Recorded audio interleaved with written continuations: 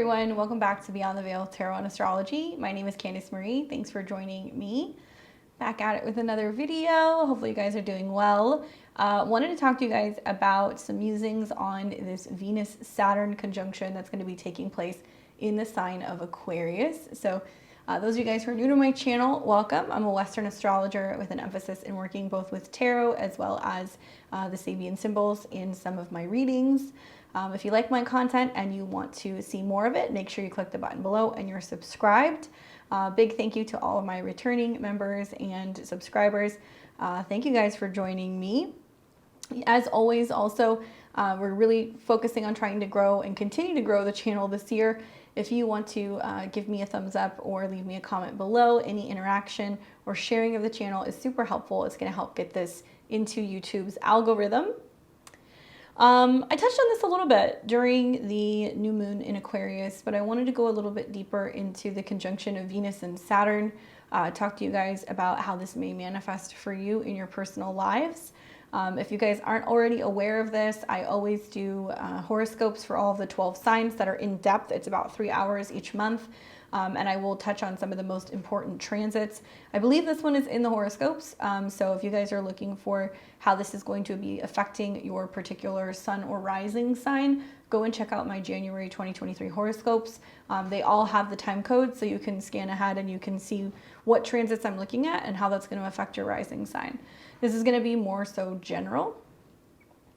So Venus coming into conjunction with Saturn, this is setting up for us on January 22nd, 2023, although some of you guys may be feeling this a day or two early, but it's going to be in effect from the 21st of January through the 23rd, but I especially feel like it's going to be felt on the 22nd as a result of this new moon. So we're coming out of a new moon phase.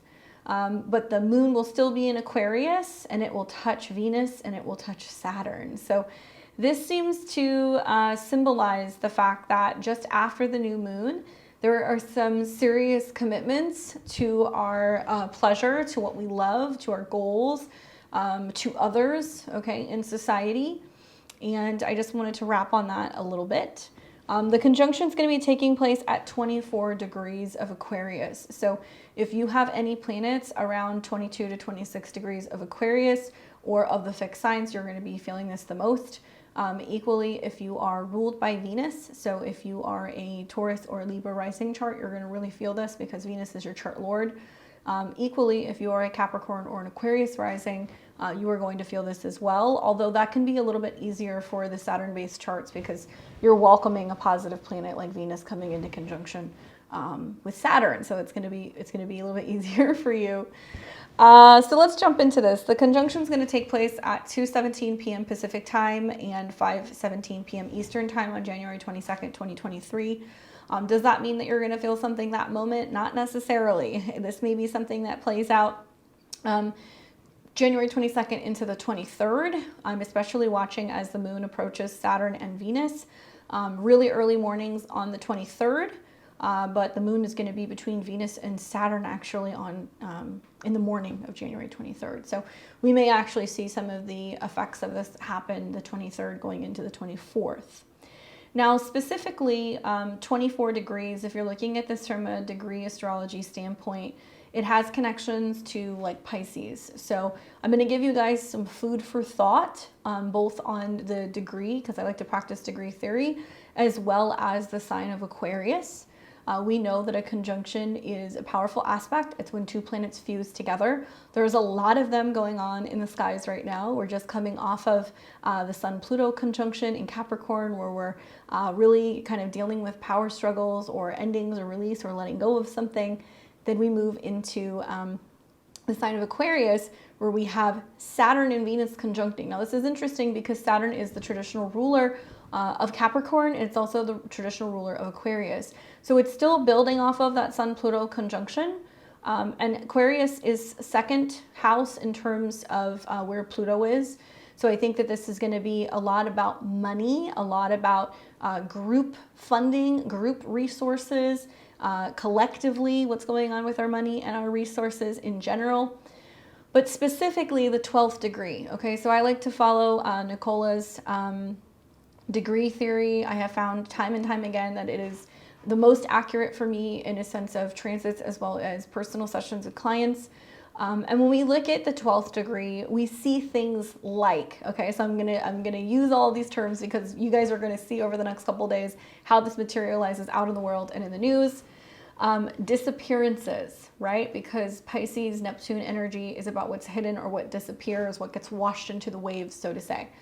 Disappearance, loss, things that are secret, mysteries, things that are invisible, what's hard to find, specifically medications, doctors, hospitals, but also religion, think temples and churches, what happens at night or what's going on when we're in bed by error or by mistake, anything involving oil or gasoline because it has connections to Neptune, drugs, pharmaceuticals, obviously, as well as narcotics, photos, things that can be false or insincere, false representation, things that are vague, research, the ocean, drowning, and to run away. So I know this is like a really large list of things, but I think it's really important because it's coming into conjunction with Saturn. So Saturn being connected to Capricorn and associations with government or political affiliation, those who are in charge, those who are ruling.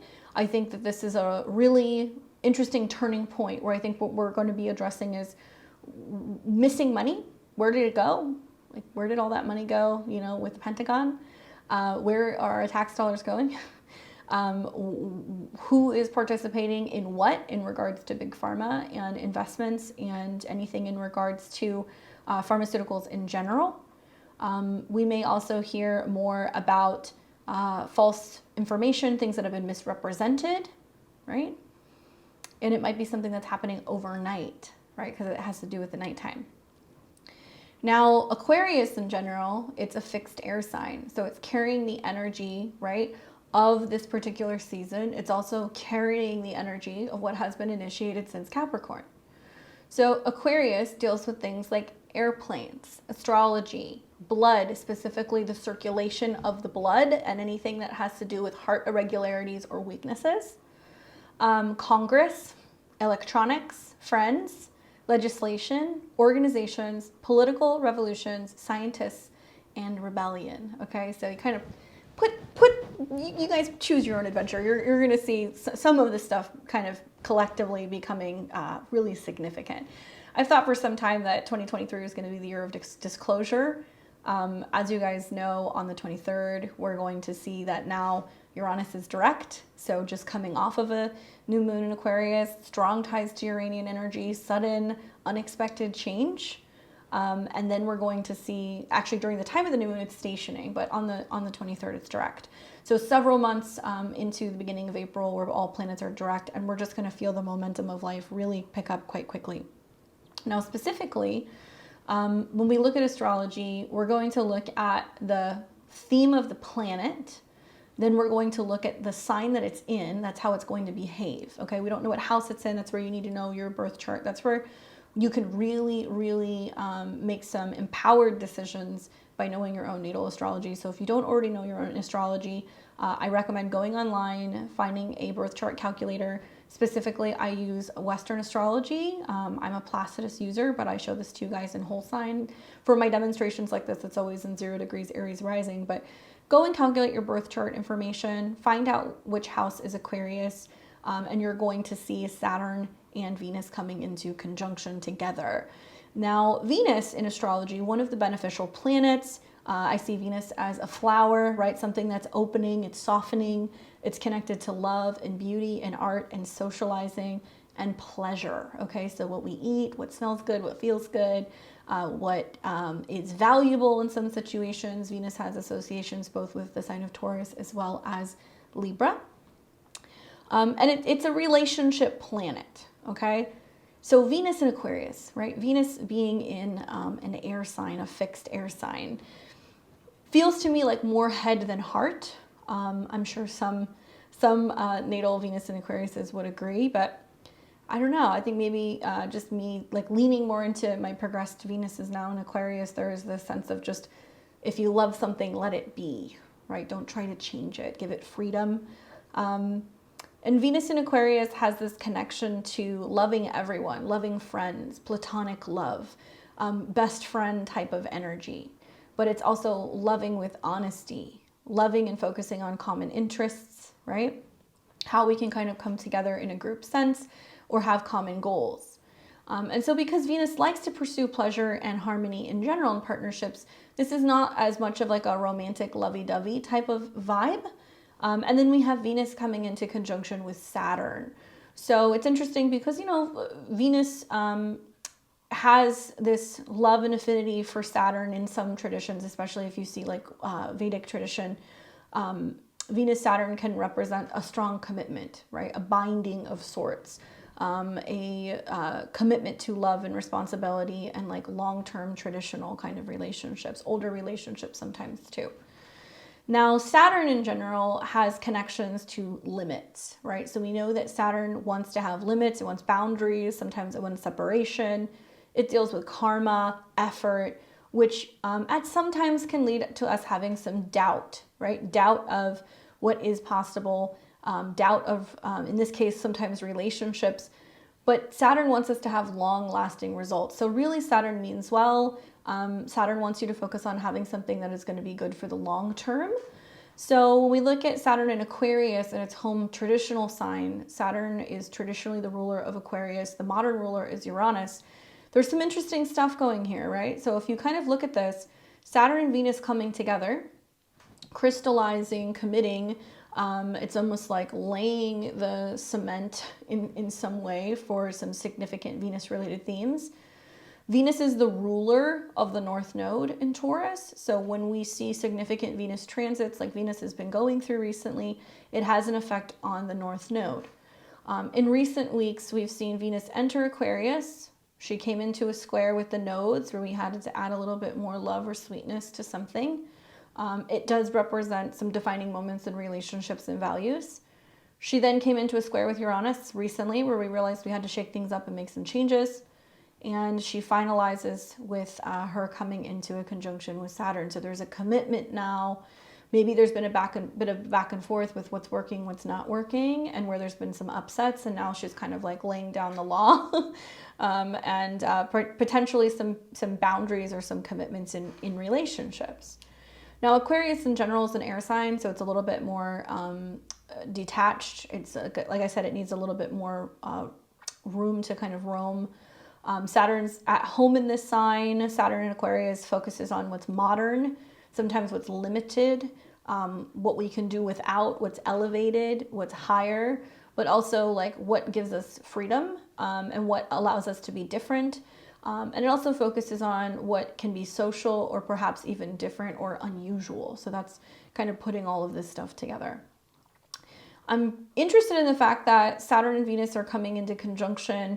And traditionally, you know, when we look at Aquarius, this can symbolize like I said, like a crystallization or some kind of like turning point where there is something now that's forming, something that's coming into form. So if you think of like laying cement and something becoming solid and strong, that's the positive side of this transit. Specifically, like I have natal Venus Saturn conjunction. So something that I really like, this is just an example.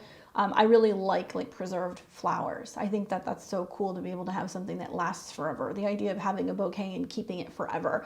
I take all of my flowers, I save them, I dry them, and they keep them for other uses because I feel like that's a really good use of it. It's not wasting it, but it allows it to kind of continue on the life or the love of that particular bouquet. So this can be about preservation of things that we love. Now, in other ways, right, there can be some downsides to the Venus-Saturn conjunction. I'm going to talk about that, but it's going to play out differently for everyone. Being that the other ruler of Aquarius is Uranus, and you've got Uranus that is in a Venus-based sign. To me, this is like reminiscent of the last 2.5 years of seeing Saturn and Uranus square off and on, where there's this opportunity to go into the future and to really focus on what's limited or modern or less than or kind of abstract or kind of isolated or even things that are more futuristic versus what might be more third dimensional, which is right here, right now, touch, feel, smell, things that also deal with money and kind of resources. So we've seen the Saturn-Uranus square, or squares between these two signs, which are financial, materializes like decentralization, like a focus on decentralization, people having freedom, especially when it comes to their purchasing or their spending power, wanting to move towards collective groups of group funding rather than feeling like they need to be reliant on like banks and banking or bonds. So we do sometimes see, when we see aspects between Saturn and Venus or Uranus and Venus, a freedom of relationships or a regulation. And being like, okay, you've had your fun time, now it's time to kind of settle down and make this commitment. So this would represent more so the restriction or the repercussions or the karmic limitations as a result of some of these up and down things that have been going on recently. I want to read to you guys the Sabian symbol connected to Aquarius 25. So when I read the Sabian symbols, I'm going to round up. I've read this one recently and I went kind of searching to see like, is there another one that I can find? Because there's a couple different versions of the Sabian symbols. Wasn't really able to find much, but I did find like a different way of kind of breaking it down. So Aquarius 25 is what I'm going to be reading. And basically it's connected to like manipulating the idea of what might be generalized or social or inspiring. Okay.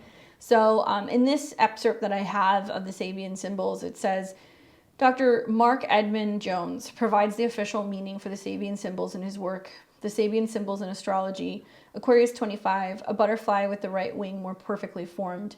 The symbol of a man's capacity to overcome any handicap imposed on him by abnormalities which at times become an inevitable part of his own nature, and his underlying stamina or psychological integrity.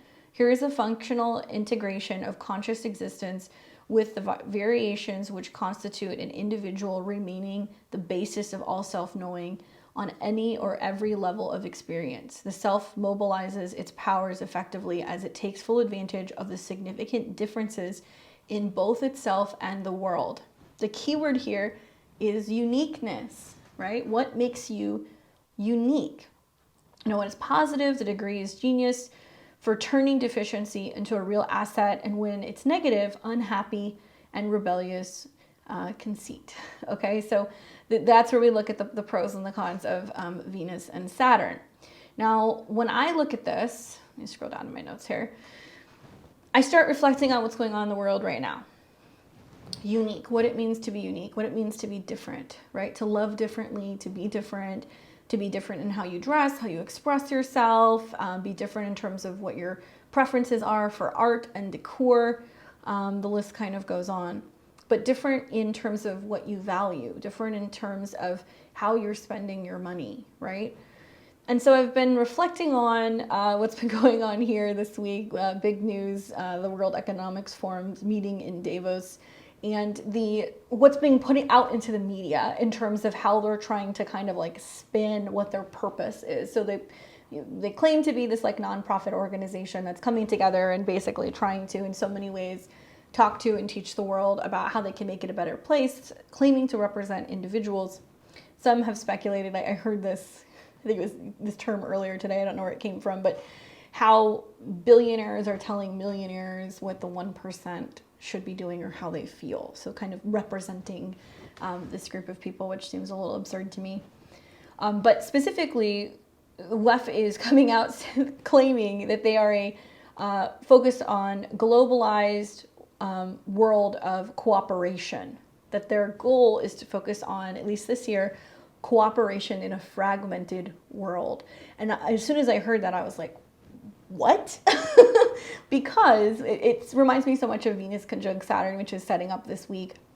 We think of Venus being cooperation, being the mediator, coming together, bringing people together for the common good, wanting to have harmony in terms of our relationships with others. Aquarius is the masses and the groups of people, all humanitarians, and looking at us all as a human race. And then the conjunction to Saturn being the serious matters, what local or, global leaders are really focusing on being able to kind of come together and decide on.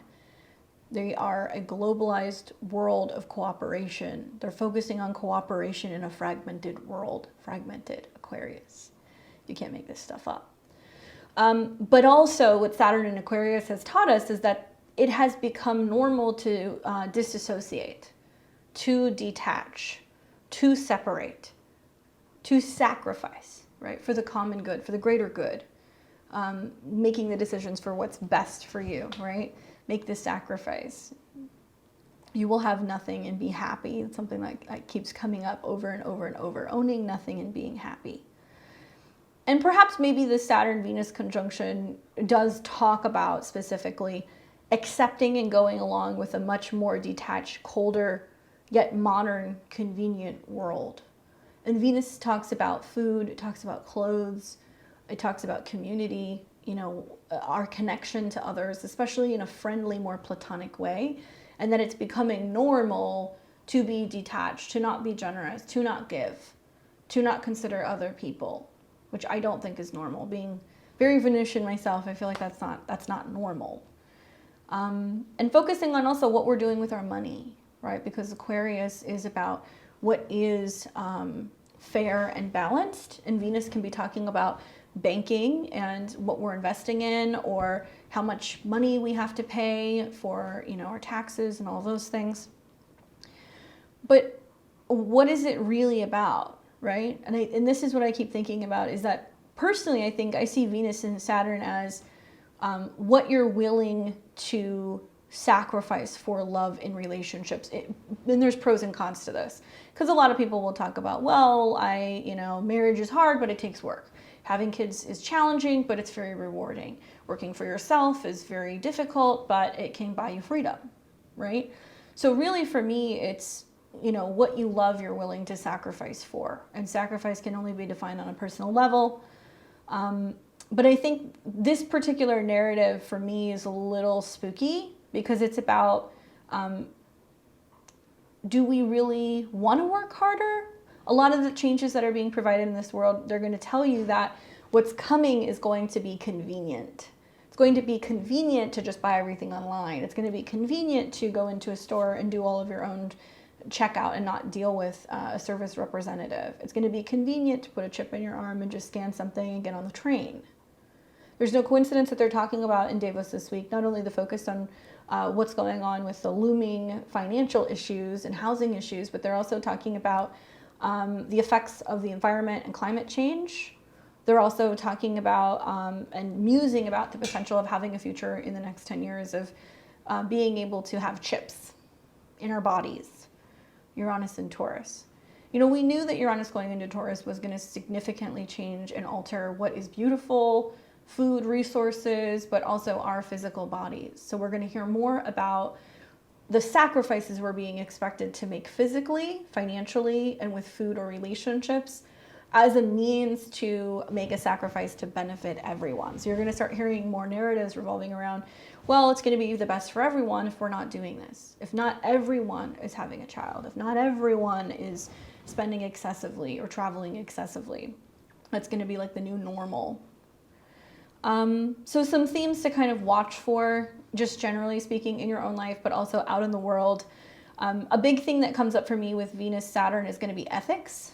Okay. And I think about like Congress being connected to Aquarius, if there's going to be like ethics boards and like reviews of people's behavior and whether or not it's deemed ethical in terms of how they're acting in relationships, in friendships. Aquarius is big about friendships, but specifically social media, the internet, and politics. That's a big thing that's kind of coming up.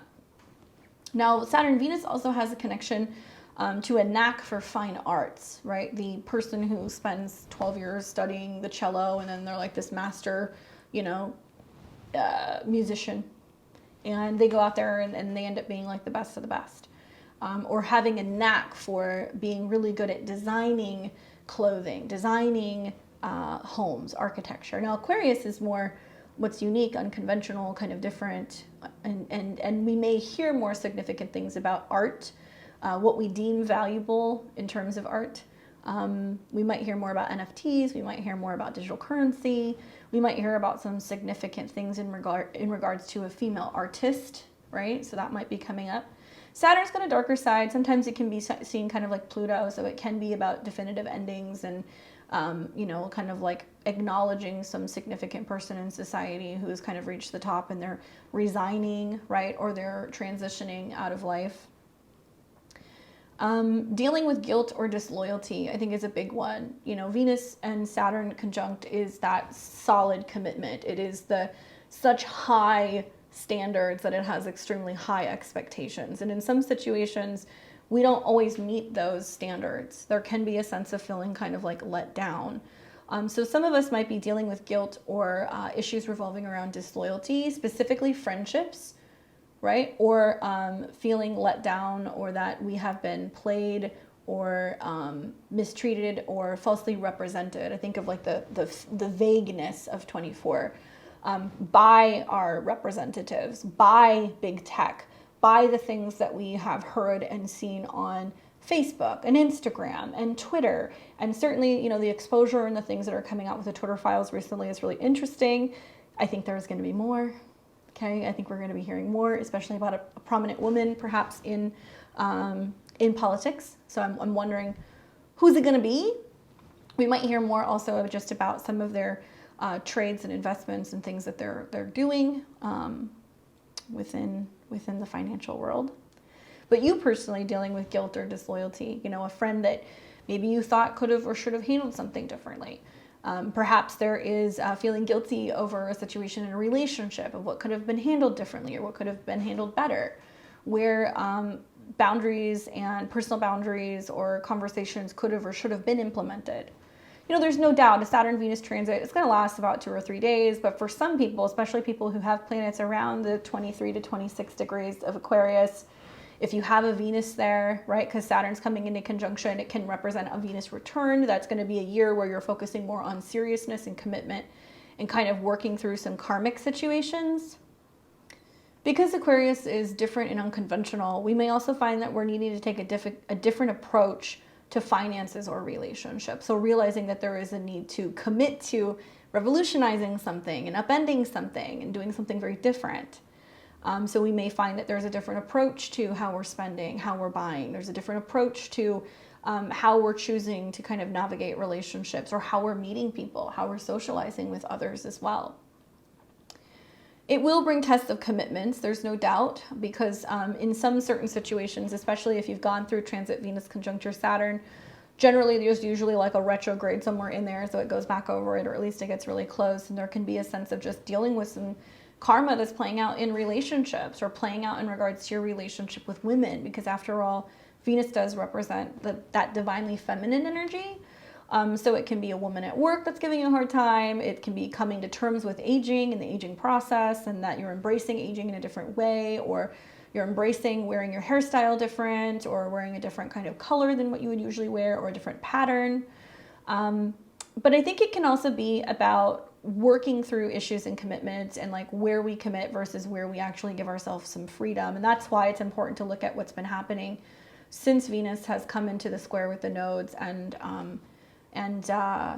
also Uranus. So that's been playing out over this last week. You've probably seen some bumps in the road somewhere. But where do you find that there is a need to kind of upend some commitments, work through some karmic lessons and limitations, and have you completed that lesson? For some people, a Saturn-Venus transit can materialize as an engagement. It can materialize as a serious commitment, buying something, you know, evolving in some way within the relationship or within the business. That is possible. And after a long series of limitations, finally breaking through. So it doesn't always have to have a negative connection. But going back to really what I started with, which was what we sacrifice for love, right? What we're willing to sacrifice for love. Do we sacrifice our friendships to be completely, wholeheartedly committed to a relationship? And do we get so consumed by that relationship we lose sight of our goals or our relationship with others, our place in society, right? Do some of us feel a lack of love? Because Saturn can lack. It can kind of tighten the belt and make us feel like we're not lovable, or that we're not worthy of love. It can lead to some of us feeling isolated, especially at 24. I mean, the Venus-Saturn conjunction in general is going to do that, but especially at 24, some of us may be dealing with isolation, sadness, feeling of separation. you know, the money we had, the relationships we had, the jobs we had, the good times we had, and like really having a difficult time embracing the future. I think it can also be just looking at the last 2.5 years and what has taken so long and what we may have pride in having built, but what we had to give up, like I said, in the process. So many of us might be taking a look at where Aquarius is in our chart, what lessons we're learning, how it's been very bittersweet with Saturn and Aquarius. And for some of us, it can be that fruit of, well, this has matured. You know, I've learned to love responsibility. I've learned to love consistency. I've learned to love my alone time. I've learned to seek friendships and relationships that are more than just romantic, that are platonic, and kind of finding my place in the world.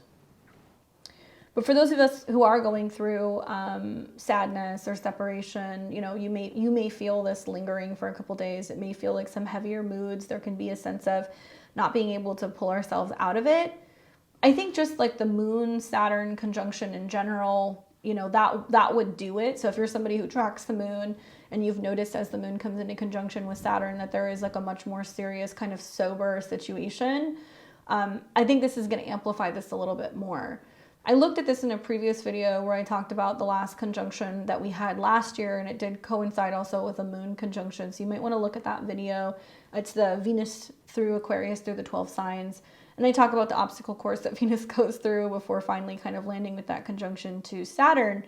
And it may mean that the issues go away and that they vanish. That's possible. It may mean that whatever has been hidden finally starts to kind of come to the forefront. We start to see it.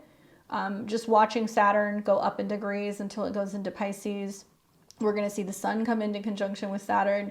A lot of us are going to find out that there is going to be a new implemented set of rules. And I don't know if this is going to be carbon taxes. I don't know if this is going to be rules with the internet, with spending. Yeah, there's some decisions that are being made while we have all of these planets that are behind this conjunction.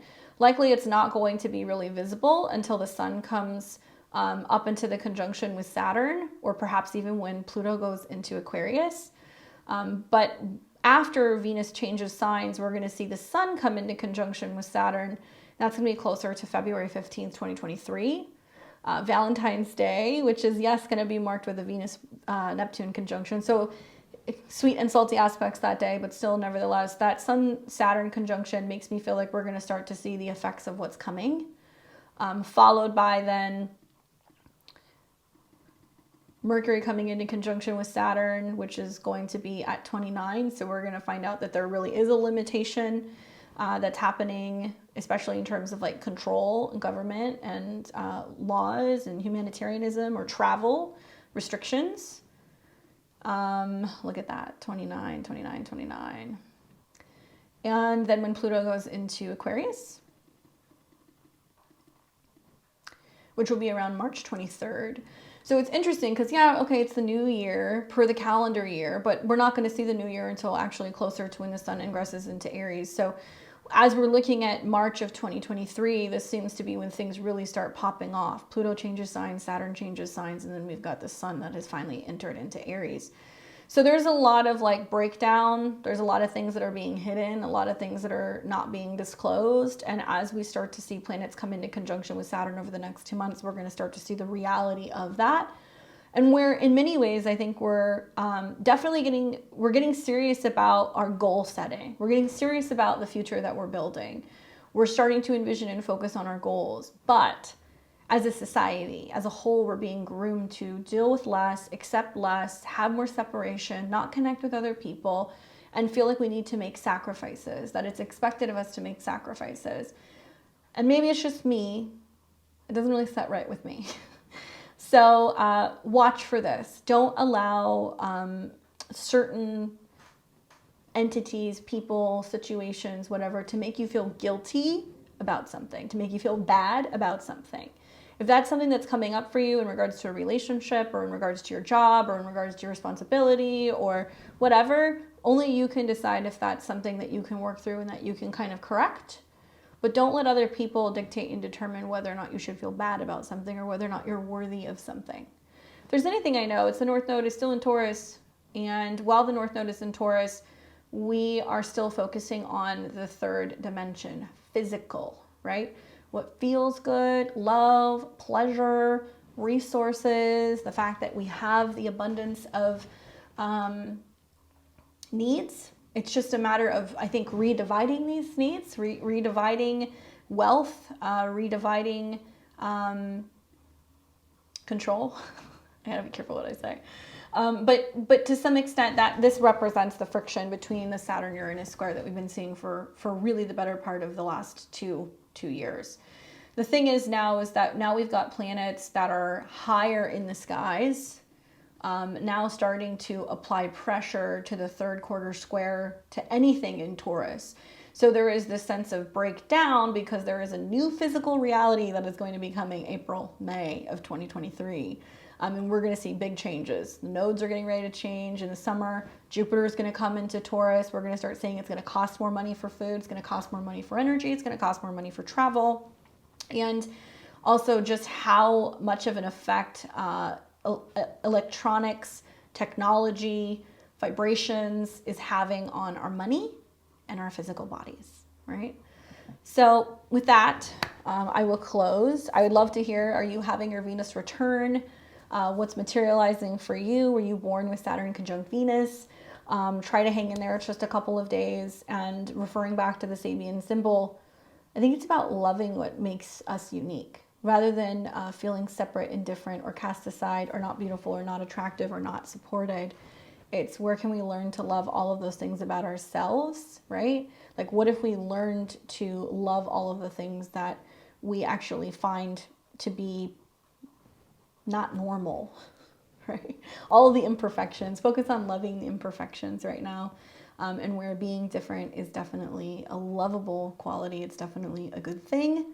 You want to book a reading with me? You can click on my links below. Equally, later this week on Sunday, I'm going to be teaching my very first of 8 classes, Astro 201, talking about transits, learning how to learn about return charts, transits, making predictions, annual perfections, all of that stuff in astrology. So it's not too late to sign up. You got another day if you want to join me. We're going to be meeting for 8 consecutive Sundays in my live classroom, and I'm going to be working with like 40 or something odd students, and we're going to be learning all about how to make predictions with astrology. So if you want to join me, please do. Click on my links below. Make sure you're subscribed. Remember, sharing is caring, and I will see all of you guys very soon. Enjoy the rest of your week. Take care.